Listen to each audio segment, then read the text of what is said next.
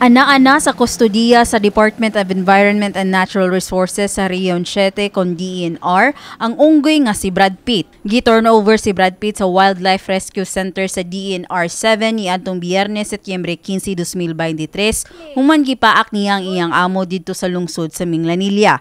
Nasayran nga nakaangkon og daghang samad sa bukton nga misagop kang Brad Pitt nga si Robert Caday, 62 anyos nga taga Purok, Gumamelas, Sitio Teves, Barangay Vitol, lungsod sa Minglanilla niadtong Setyembre 14, 2023. Matud pa ni Carlo Babiera sa DENR 7 nga dili angay buhion ang mga Philippine long-tailed macaque sama ni Brad Pitt tungod kay usa kini sa mga wild species sa kalasangan.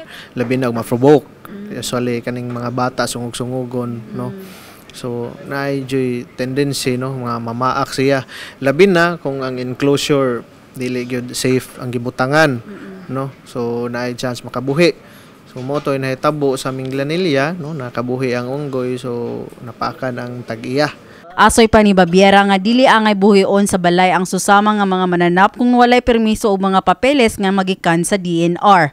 Duna say pahinumdom ang DENR alang sa mga kasamtangan nga nagsagop og mga endangered species. Awag sa publiko, no, nga katong mga adunay mga gibuhi, no, nga mga pet, no, labi na aning unggoy na matawag na to illegal, no, kay wala man sila permit, no.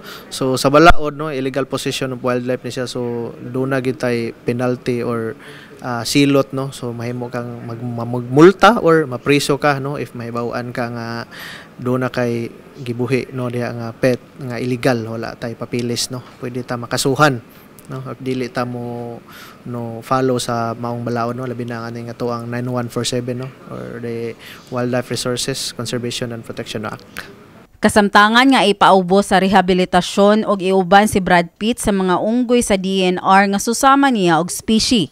Samtang sa pagsaulog sa Animal Welfare Week, mipahinumdom ang mga ahensya sa gobyerno sama sa Department of Agriculture ug Department of Environment and Natural Resources Region 7 nga angay mahimong responsable sa katawhan sa ilang mga binuhuing hayop. Kini si Mary Francis Lin kaayon alang sa MyTV, Cebu.